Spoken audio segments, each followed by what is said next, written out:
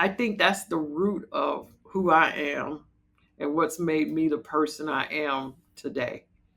And that is, it's not like trying to seek approval, it's not trying to get approval. It's just more of, here is who I am and here is who I want to be. You can be who you want to be over there. I don't agree with it.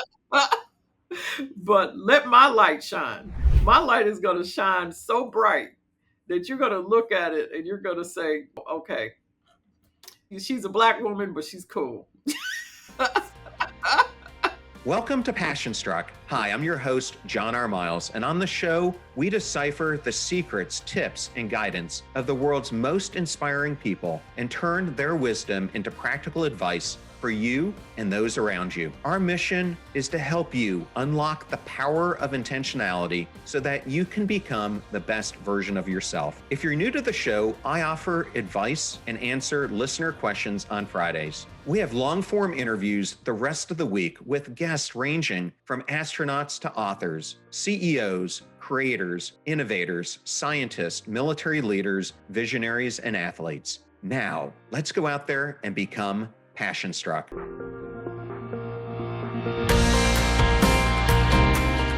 I am truly honored today to have Cheryl McKissack Daniel join us on Passion Struck. Welcome, Cheryl. How are you today? I'm great. Thank you, John. Well, I have really enjoyed spending the past few minutes getting to know you. And before we dive into your brand new book titled The Black Family Who Built America, I should share that I've spent part of my career in the industry that you have dominated as a senior executive at Lendlease, the former parent company of Bovis Lendlease. So I have witnessed firsthand the pressure and complexity of major construction projects, which you've spent your life around. But before we go more into your leadership today, I'd really like to go back. What was it like growing up as part of a family whose name was already woven into American building history? And when did you first realize that legacy was going to shape your own path? Well, growing up, I was very much aware that my family had a prominence because of the legacy and because of the fact that my father was an architect and that we could trace our family story back 5 generations. And so that was different than most people I was around. And I knew then that it had an impact because people would say, oh, we know the McKissack family. We knew your father. We know your grandfather. You guys built this, you built that. And it dates back so far. The Morris Memorial Building, 1926. And I heard those stories growing up. And that legacy has meant the world to me ever since I was very young and walking construction sites with my father.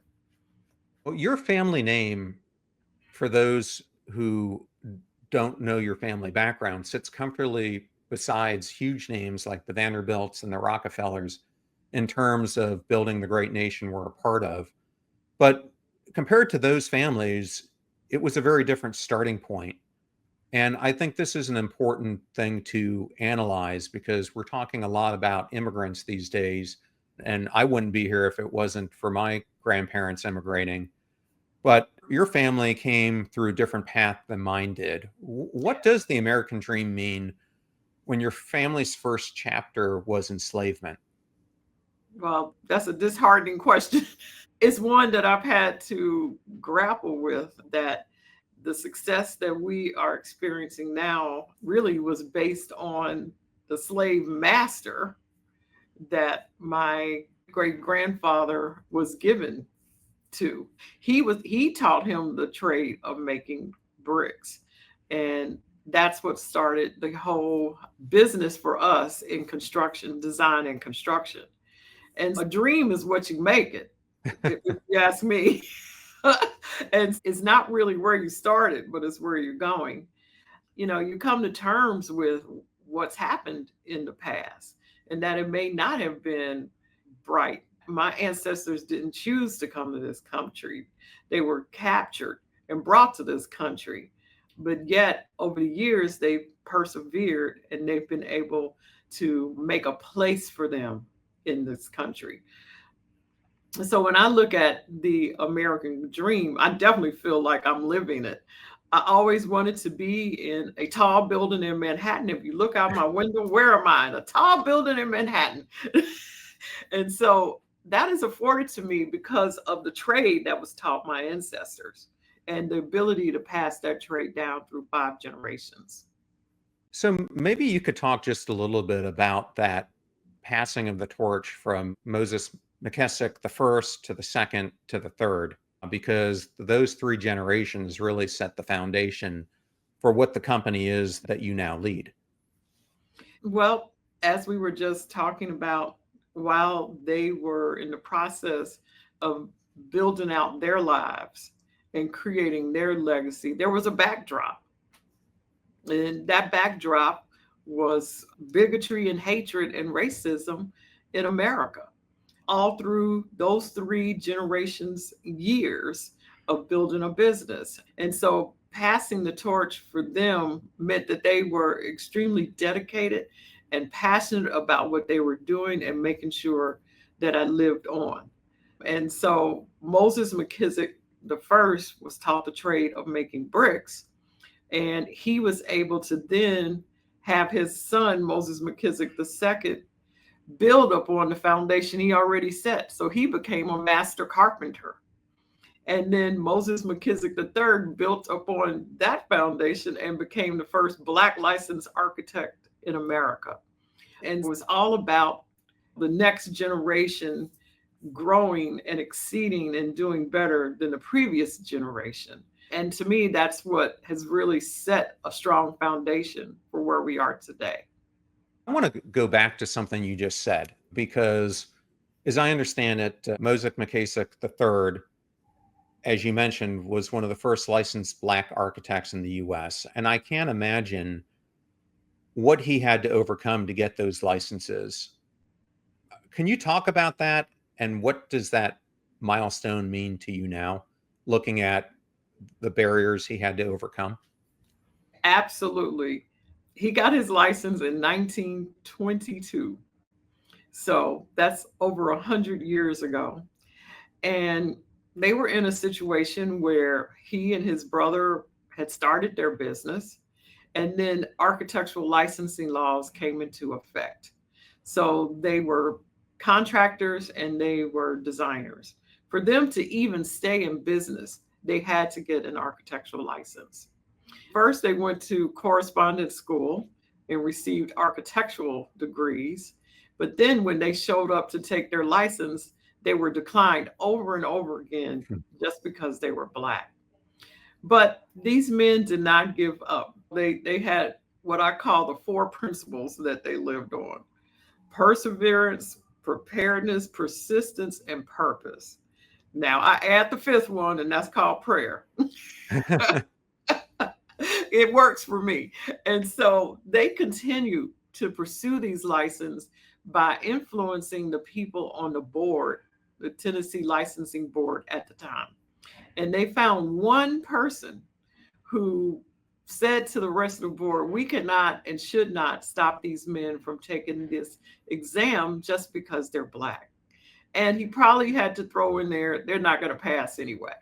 And so the McKissacks were able to take their exam. They passed, and then there was a little bit of a hiccup in allowing them to actually get their license, but they did get their license. And because they were the first Black licensed architects in America, the board, the state licensing board for the state of Tennessee, gained a lot of notoriety. And then those same people who had prevented them from getting licensed helped them get licensed in 22 other states. So it just goes to show you that the minds of men can change and it can be influenced in a different way. It's the Saul Paul story. Well, I guess before that generation, the family ended up migrating from North Carolina, as I understand it, to Tennessee. My family actually is from Chattanooga, so we're right down the road from Nashville. Yes. But how did that transition happen? Because I understand it was probably a painful transition at the time. Yes. So Moses McKissack II was given as a wedding gift to a family in Spring Hill, Tennessee, called the Cheers family. And he had to move. So that was customary that slave masters would give slaves as gifts. A lot of times it had to do with marriages and procreation of more slaves. And so he ended up moving to Spring Hill, Tennessee, which is about 20 minutes, 30 minutes outside of Nashville, Tennessee. And that's pretty much where we are from, that we know the most about. So we can go to Spring Hill and you'll see the McKissack house. You'll see the Cheers mansion. You'll see the Maxwell family who, created Maxwell House Coffee. And so that was the fun part of writing this book, was going back to all of these locations and reading all the records that were still available at this time. That's something I wanted to ask you a question about. I was listening to one of your other podcasts that you did today, and you were talking about this amazing family tree that you stumbled upon that I believe is now in a museum. And I thought it was a really good story because too many of us don't go back and look at our past and honor the sacrifices that those before us came. I know my great grandparents sacrificed a lot because they were under the tyranny of Germany at the time and fled Poland to make a new life, which under those circumstances could not have been an easy thing, coming over here with nothing. No. But can you talk about that family tree and why it's so significant for you? Sure. As you said, I'm trying to remember if my mother or my father, but somehow I get this family tree in my possession. I really wasn't that legible. It was enough for me to understand it and have this desire to make it legible and to draw it all out. At the time now, I'm working at my father's office on the weekends. So I had access to T-squares and Leroy lettering sets and things like that. So I could really make this family tree into a blueprint. And that's exactly what I did. And then I carried it out to my current generation and the generation that was coming behind me. And to your point, everyone has a legacy and everyone has ancestors and everyone can do exactly what I did. They could just start with what they know right now. It's amazing. If you start with what you know right now and begin to just do a little research, you can start filling in the blanks of marriage certificates and birth and death certificates and things of that nature, where people went to school and where they lived and where they were born. You can just start filling out that information for future generations to come if you don't want to go back. Just fill out what you know from the generations that you do know. And I think everyone should try and create and generate some type of family legacy or document. One of the things we talk a lot about on this podcast is the importance of values and living your values. And as I was reading the book, it made me think that a lot of your values have come from studying your family and your forefathers, etc. How much have they influenced the code that you live by? Well, I think there's great influence, especially from my parents. I grew up in a different day. We didn't have internet. We only had 3 TV stations. We did. So you spent most of your time in modeling yourself behind people that you knew, not people that you don't know. And it's so easy, it's infectious, really, to take on those personalities, those business traits, the way my father treated my mother, treated my father, the way my parents treated me.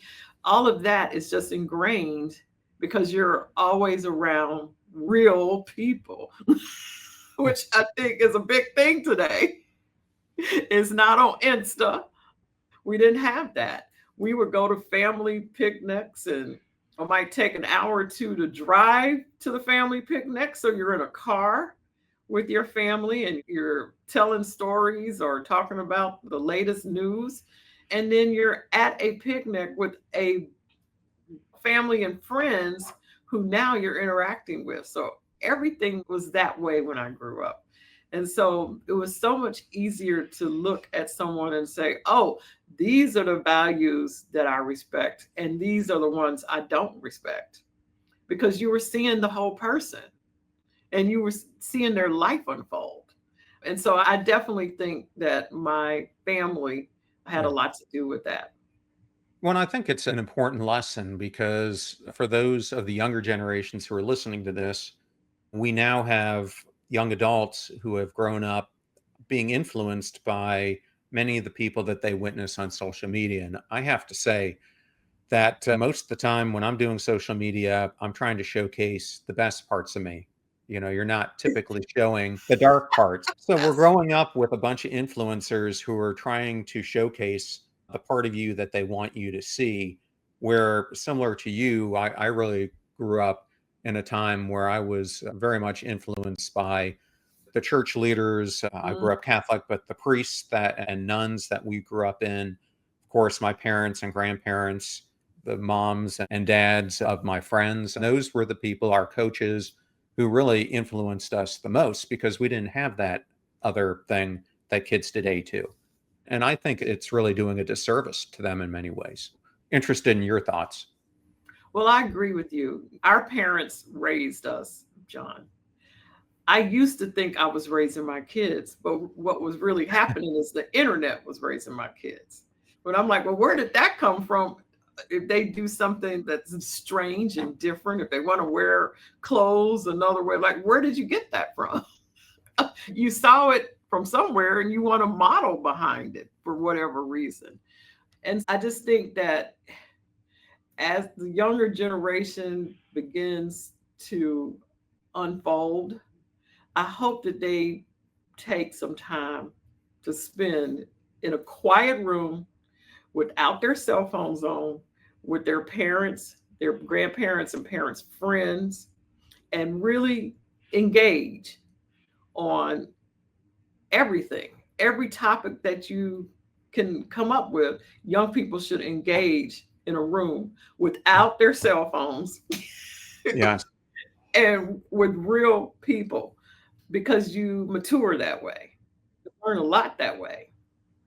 Yeah, I was recently reading Jonathan Haidt's book, The Anxious Generation. He's a NYU Oh, professor. I did You're that. probably very familiar with him. But in that book, he was talking about one of the biggest regrets that young adults talk about is that during the formative years where they would have had time to spend with their grandparents, and if they're lucky enough, their great grandparents, they were so absorbed with their phone and what was going on in the digital world that they sacrificed that time and now they regret not getting to spend more time with them. And I remember I never got to meet my paternal grandfather. He died before I was born, but my maternal grandfather really played a huge role for me in shaping who I am. And I so looked forward to hearing his stories. He served in World War II. He was a pilot. He was just this man that I always saw of principle, that when I thought of the people I respect most, it was because of who he was and how he lived by his values. And Mhm. so I always wanted to be like him. And when you hear those type stories, about going to war, that's real. That's life and death. That is real. I have a really good friend, Roseanne Calvi, and her father died several years ago. But when he died, he was like 98. Wow. And he would come to dinner with us every Friday. And I would make sure I'd sit right next to him because I wanted to hear his story. Just the way he talked, his language, it was just, everything he said. I just thought it was the best because they were real stories, because he fought in real wars. And there was just something about his character, like you're saying, that you gravitated towards. So I wanted to just talk about your childhood just a little bit more because as you were growing up, you saw both the privilege of having a respected family name and the hardship that many in your community still faced, and I would say still face today. And I'm going to make a parallel here. My niece and nephew are both Black. My brother adopted them from Haiti. And so from that experience of growing up with them, since they've both been infants, I've seen both the blessings that they have from being in our country, but also how the world looks differently upon them. How did that world and living between the two sides that you grew up with shape your perspective? And how do you think it's changed over time? Well, it's something that you deal with as a Black American. I did not realize that that we were a problem for other people until I was like 11. And that was when I was at a friend's house for a birthday party, and a cross was burned in the front yard. And we were a block from Fisk University, which is a Black college. We were right behind Meharry Medical College, which was another Black college, and we were in the Black neighborhood. And the thought that someone could come invade our space and do something as vile and violent as burn a cross, a huge cross in a yard, was extremely scary. And it let me know that we were not safe, that at any time something negative or violent could happen because there's true hatred out there. So it's first just recognizing that this hatred was even out there. But then to know that it would go on attack is a whole nother story. Our parents tried to talk to us about that and make us feel as comfortable as possible. But they also taught us not to be like that, not to judge others the way we're being judged, but to always love and to always be your best at what you do. And I think that's the root of who I am and what's made me the person I am today. And that is, it's not like trying to seek approval. It's just more of, here is who I am and here is who I want to be. You can be who you want to be over there. I don't agree with it, but let my light shine. My light is going to shine so bright that you're going to look at it and you're going to say, okay, she's a Black woman, but she's cool. And I have lived that most of my life. Most of the places I go, especially in construction, I'm the only woman and definitely the only Black woman. And I always had to live in that reality. And now I don't even think about it anymore. I have friends from all walks of life. I have business colleagues from all walks of life. And I treat people the same. At least I hope I do. That's what I strive to do. And I all the time think about what my ancestors had to go through, but also where we are today, because it's back in our face again. It's getting rid of DEI programs. It's in the Sunday paper, I just read about the administration wanting to do away with anything having to do with slavery, just because they don't want to be reminded. Not that it didn't happen, because it definitely happened, but erasing history, you could try, but it's there and it did occur. That kind of stuff is painful. It's painful because it reminds you of the 60s and the 70s when there were riots in the streets, when the Black neighborhoods were dissected because of highways and destroyed the Black communities. It seems like as soon as the Black community gets a foot up, there's something to kick the Black community back down. And we're going through that again in 2025. And so it's like, when are we ever going to let this go? And I always quote my good friend who wrote a song, and he talks about the neighborhoods in Nashville, Tennessee, where North Nashville, where we all grew up, where the Robert Moses highways went down the streets, and the effect that it had. But he always says there's something bigger and brighter, deeper and wider and unconditionally out there for me. And living that is everything.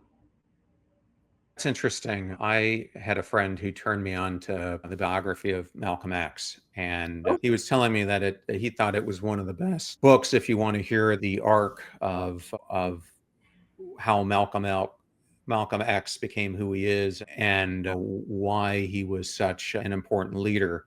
And I read the book, and I have to tell you, it was really sad to hear his family legacy and what he had to endure.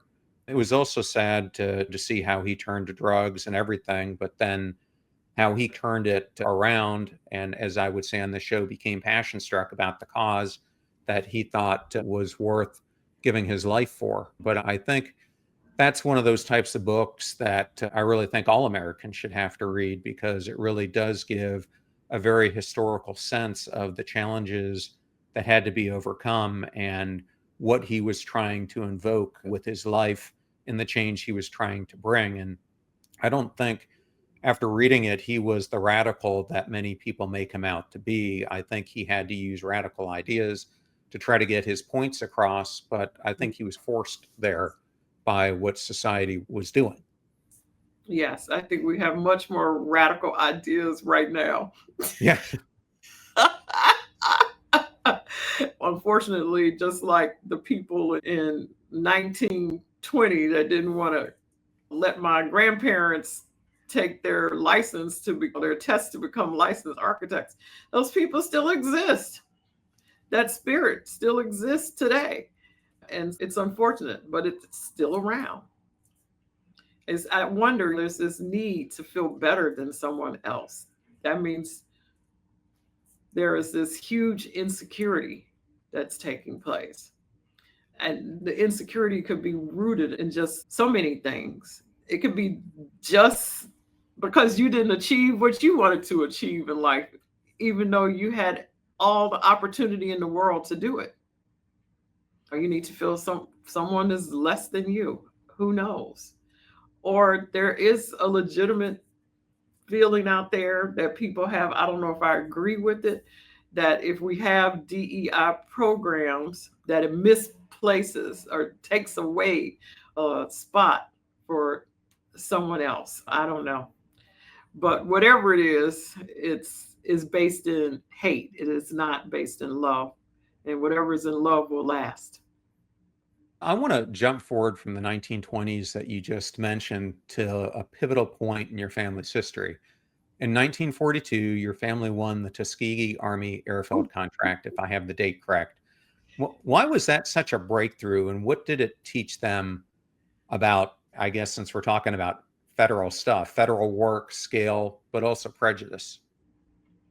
Well, I can't believe you're bringing this up because my mother called me yesterday and she heard me on the Charlemagne show and she said, Cheryl, you just didn't say enough about Tuskegee. You've got to make sure you about Tuskegee because it was a game changer for McKissack.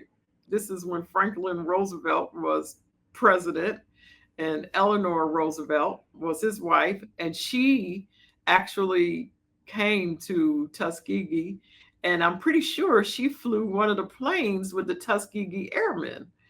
And just think about that.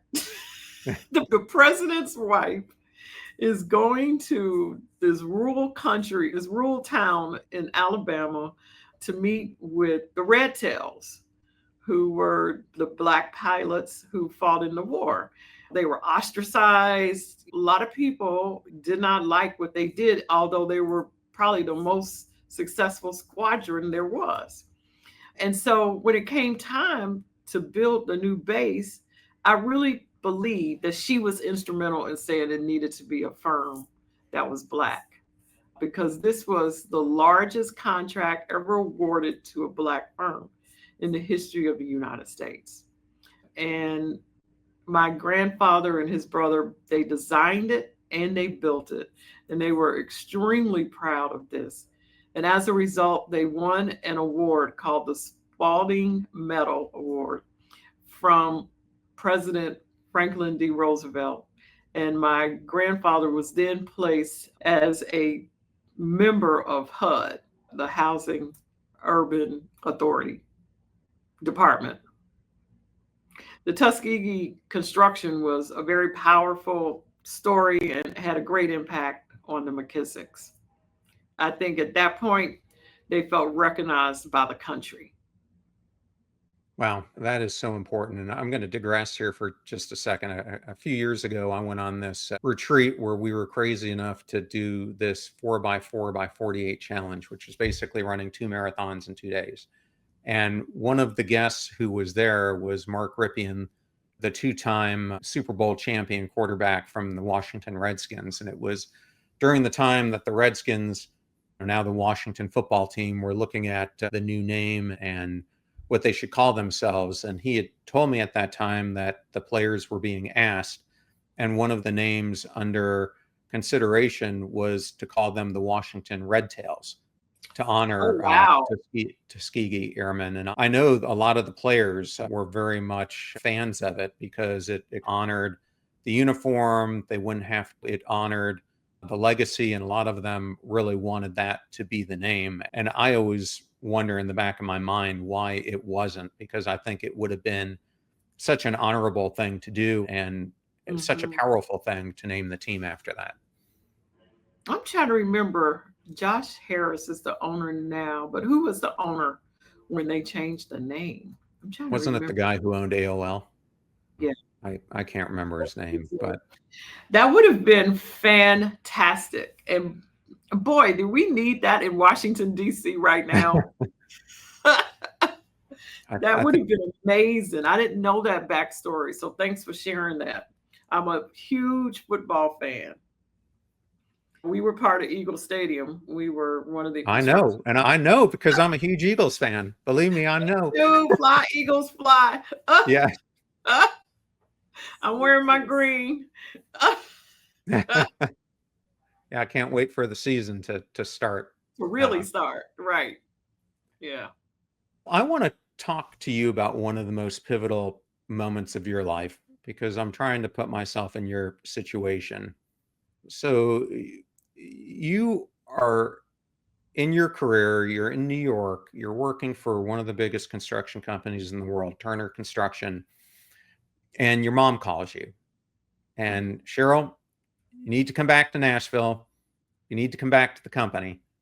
And I know a lot of kids, because I keep trying to get my son to join me in doing Passion Struck, keeps telling me to pack sand.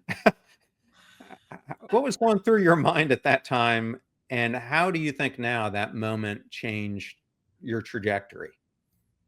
Well, the way you just presented it is not really how it happened. Before she called me, she called my boss, and she told my boss I was quitting. And then she called me and told me, you quit today. And I was shocked. First of all, John McGordy was my boss, and I was in the estimating department, and he ran a really tight ship. So I'm like, Mom, I'm scared to death of him. You called him? And I did. He's a nice man. He's really nice. I'm thinking, oh my God, my life is over. I'm going to honor my mother's wishes and put one foot in front of the other to see how this works out. And so the next week I start commuting from New York to Nashville. I would fly in on Mondays, work all week, and fly home Thursday nights. And Fridays I would work from home, which wasn't a big thing then, in New York City. It was probably the best thing that ever happened to me. I did not realize I was ready for that. And I would not have done it on my own. I did the same thing to my mother when I retired her. She didn't want to do it, but I made her do it. And she'll tell you it's the best thing that ever happened to her. So sometimes it takes a mother's intuition and their worldview to enter into your life to make you change your trajectory. Turner is a great company, but I don't know what my future would have been like at Turner. But I know now and have lived what my future is like at McKissack. And not everybody had the opportunity to do what I've done and what my parents have done. Not everybody has the opportunity to walk into a situation that's already set up. If your son is listening, he's one of the 75 million people. Listen, no one has it that good. You have to really consider it. That's what I will say. You have to consider it. And at the same time, yeah, it's natural. I think, especially between a father and a son, that the son wants to forge its own way without the help of the parent. And I get that. But at some point, hopefully they see what's out there versus what's already set up for them. And for our young people today, I think their opportunities are less than what ours were back in the 70s and 80s and 90s, because the companies are getting bigger and bigger, less loyalty with employers. Yep. Salaries aren't getting better. And we all know what's happening to inflation. I think the opportunity to go into a family business is definitely a good one, and I highly recommend it. And one of the things I wish I would have known more of is my family has been typically one where they've worked for major corporations. My grandfather worked for Kraft, and my father was in sales. I myself, Fortune 50 companies. I think small business ownership is what has defined the United States and entrepreneurship over the centuries. And that is really where the American dream can become, is when you take the lead of building something for yourself. And I really hope we get into more of that, because now that I'm doing it myself, it becomes a completely different dimension between helping someone else earn money rather than living the impact that you want to make to the world.